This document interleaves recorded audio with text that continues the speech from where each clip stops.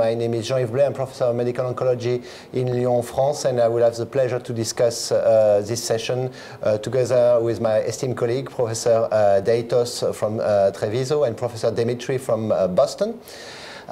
There are a lot of things going on the adaptation of the treatment according to various histological and molecular classifications. So maybe the first thing I would like to ask to you, Paolo, is what are the recent changes in the histological and molecular classifications of sarcoma and GIST, which will have an impact on the management of our patients? Well, Genevieve, as you know, at the beginning of the year, the WHO classification of sarcoma and GIST has changed. And, well, the main changes are related to the identification of tumor category. The second point is, of course, you introduce new entities. One of the things that crossed my mind is something that has been reported recently in Boston, which is pseudomyogenic imagined mesothelioma. It's a new thing, you know, which is very, very aggressive morphology, but very indolent cause. So again, an entity that in a way, with its label, bring to you some clinical information. But the main changes, I think, is the complete abolition of the two champions sarcomas of the 90s, which is malignant fibrous histiocytoma and hemangiopericytoma, which means basically the now pathology, when they see things that resemble those two labels, need to start thinking and give to you more accurate and precise labels. Thinking that, of course, accurate subclassification of sarcoma would bring in for you as clinicians important information in terms of prognosis and also maybe prediction to the many different drugs that now you're using in contrast with what you used to do in the past.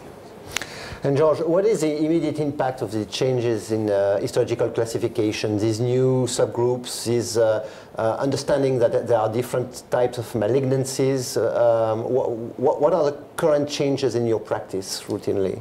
Well, I think Paolo said it very well. In sarcomas, we always needed expert pathologists, if only to have the correct name on the tumors. In the new world, where pathology has gotten even more complicated, because on top of your expertise, using the microscopes, using the special stains, using the FISH tests, now we have the DNA tests, which are very, very controversial, because in the United States, we are starting to do so many more DNA tests on every tumor, but it's not clear where we need to do this and where it makes a real difference for patients. One thing that's very clear is that GIST, the model of GIST, of having the disease and then knowing that there are 30 different kinds of GISTs at least when you get into the different DNA subclassifications, whether it has a mutation, does not have a mutation, it makes a huge difference in terms of what we tell patients. What is their risk of the tumor coming back? What is the risk the tumor will be an aggressive tumor? And then what drug do we choose? How do we expect it to work for them? What dose do we use? All of this depends on the diagnosis.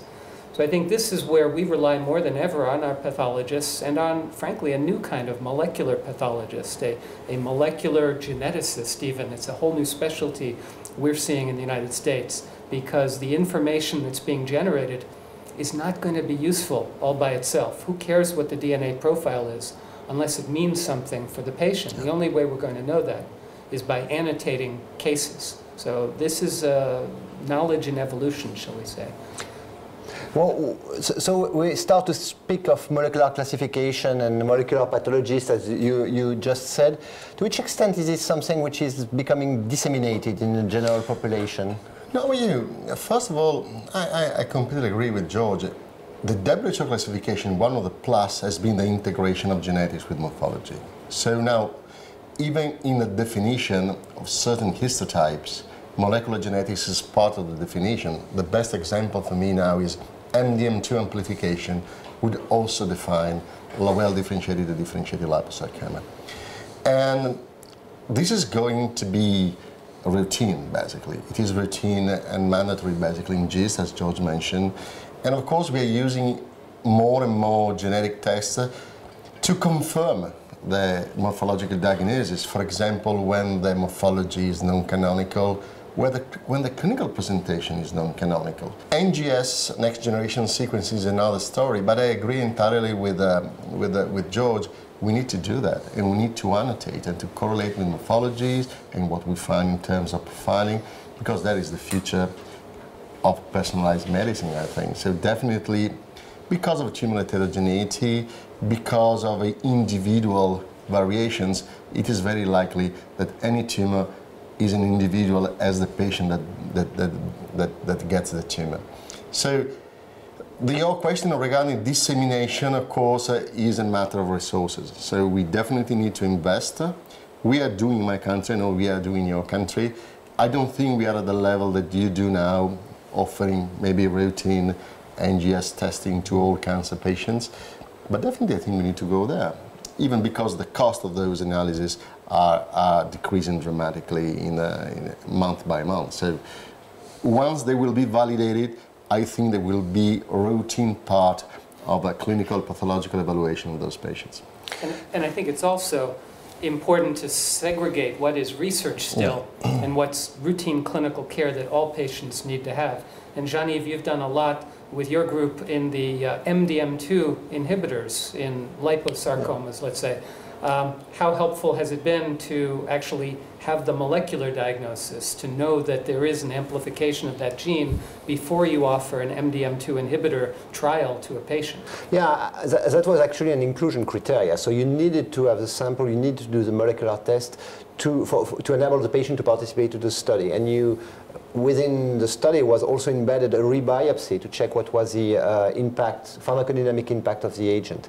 This is probably a new generation of trial which is starting now, including this trial. But there are a lot of trials like that which are becoming more and more the standard way of doing things. And this comes to the next question, which is, as we actually focus more on histological, molecular subtypes and sometimes subtypes of subtypes. You mentioned tumor heterogeneity, which by itself is a problem.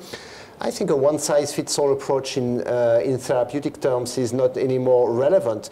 So how do you see the evolution of this one-size-fits-all approach in local treatment and possibly also in treatment in advanced phase? This is a rapidly changing area. Still, it's important to remember that we cure our patient most often with surgery, and the quality of surgery in the first place remains something which needs to be emphasized and overemphasized, because the quality of first-line treatments often defines what is going to be the future of the patient in terms of cure. But still, here you start to adapt the treatment to the new classification that we have, to use radiotherapy, yes or no, to use adjuvant chemotherapy. So right now, what are the situations where you need to have the molecular classification in order to decide in an early stage? There are GIST, of course, probably, where it's becoming mandatory for the selection of adjuvant treatment. Well, even neoadjuvant treatments, the new guidelines emphasize that if you are thinking of shrinking a tumor to make the surgery less morbid or more successful, you must have the biopsy. And this is, again, sometimes contrary to some surgical thinking, where there's a fear that if you do a biopsy, you'll spread the tumor. I think the new ESMO guidelines in particular for GIST mandate the biopsy so that you can rationally treat that patient and possibly offer them a drug that would shrink a tumor. No, this is very true. I mean, I had just recently a discussion with surgeons, and I understand in the end the precise label before they perform surgery is not that relevant to them. Maybe imaging is more relevant because they want to know how to perform the surgical intervention, but for you, I think it's almost impossible not to know what the disease is, because in particular in our field, sarcomas, you have a tremendous variety of entities, and within the same entities, you still have a huge variation in terms of morphologies, of clinical behavior. In the end, if you think in terms of the prognostic determination, we are still struggling. You know, we have the G1, which are the grade 1, which you know a nice tumor. We know that G3 will be aggressive, but the G2 is just an incredible bunch of different things. And in your country, you try with the SynSARC project to split them apart. So my feeling is that definitely we reach some limit with morphology. Let's talk about undifferentiated sarcoma and morphology. So 10% of those cases can be diagnosed anymore precisely with morphology, immuno, or conventional genetics. So we know that there are many cryptic translocations sitting there. The only way to find them and subclassify those is molecular testing. And think also of this new category of round cell sarcoma, the sick dogs, the B-core. Those can only be diagnosed molecularly. So it may be possible that in next WHO classification, at least some subset, for example, of undifferentiated round cell sarcoma, will be classified as leukemias by the presence of a given translocation or given genetic aberration. So I think it's a nice integration of different approaches, and which may also underline the relevance of multi-professionality, multidisciplinarity, which I think is the key for success in this field. It's a difficult field of cancer. Yeah, I think multidisciplinarity is extremely important. It has been always important, of course, for sarcoma, because we treat and cure the patients using different type of strategy all the time. But now that molecular biology is so critical to identify which subset you are talking about, it's becoming more mandatory. And to integrate molecular knowledge in the classification is something which is quite new.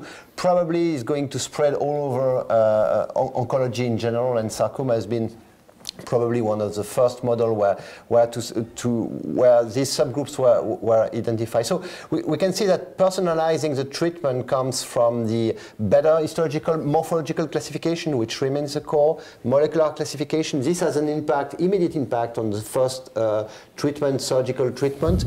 By the way, it's interesting to know that this new classification not only result in an increasing way of, should I say, in a more aggressive way of treating patients, but sometimes to de-escalate the treatment. Some tumors are treated with less invasive surgery, or sometimes even without surgery now. Absolutely. That's a big change, and it goes in the right direction as well. Well, and it also helps us to use drugs more appropriately. We know that at least 20% of patients with a primary resected stomach GIST will have a resistance mutation to imatinib. So no matter what the tumor looked like, it does not make sense to give somebody with a PDGFR D842V mutation adjuvant imatinib.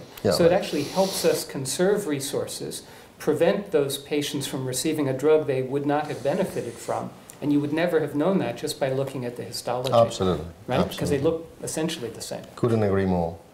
And that also, of course, has an impact on research, because now that we understand that we have different types of completely different diseases which were put together in the same basket in the past, now we can probably say that better identification, accurate classification of the disease is mandatory for research, which means that these tools that you are developing, that we are using, are becoming critical. So how do we cope with these growing numbers of entities and smaller number of patients, and the need to identify novel treatment for those who are relapsing? Well, we're seeing this as a challenge to the academic centers and to community oncologists as well, because the number of trials that we're going to have open are enormous, because each trial will have smaller groups of patients available to it. And then it's also a problem for the knowledge base of the practicing physician. How can anybody keep track of all these advances? But that's the challenge. And then having our academic centers and our community practitioners stay in touch with each other is probably what we're going to need to do even better. We need to educate ourselves and our fellows better, our trainees, and then really disseminate the research in a way that we haven't done in the past. So it's very much networking which is at stake here. How do we connect people together? How do we work together, not only at the regional, national level, but also international level? Right, and actually I'd like to hear from Paolo. What about reference centers for pathology? Is everybody going to have their own next generation sequencer on every community hospital's pathology bench? It's obvious that when you get, first of all, a rare type of cancers, you need, first of all, to centralize somewhat the diagnosis, because we know that is a challenge, not because pathology are not good, but because the rarity is a main limitation to develop expertise. Right. So we know that anywhere you are, approximately 30% of diagnosis could not be that accurate as you may need. And of course, molecular testing need to be centralized. This is a decision that in my country, for example, has been already taken. Mm-hmm. So definitely, because the issues are many, and we, together with you within Conticanet, we just developed a external quality assessment on GIST diagnosis and molecular testing of GIST, and it was proved that reference centers do a very good job, more than 95% agreement. And when you move to, you put in front the reference center and the so-called peripheral center, those figures drop dramatically to 30%, which is unacceptable. And that's with rather simple technology, right? When you get into next generation sequencing and the algorithms and all the differences between how the tests are done, the error rate's going to go sky high. In particular because NGS has become cheap. Now you can buy a platform from 70,000 euros, but then you need to hire a couple of bioinformaticians, very good ones. You need to have top-notch molecular geneticists. I'm a pathologist. I can barely understand what they do, so definitely we need to work together. So we provide accurate diagnosis, but there will be a whole team of people that need to take care of the NGS interpretation. So personalizing the treatment for sarcoma, this is now and here, I think we are on the verge of a revolution because we are expanding the number of morphological subtypes.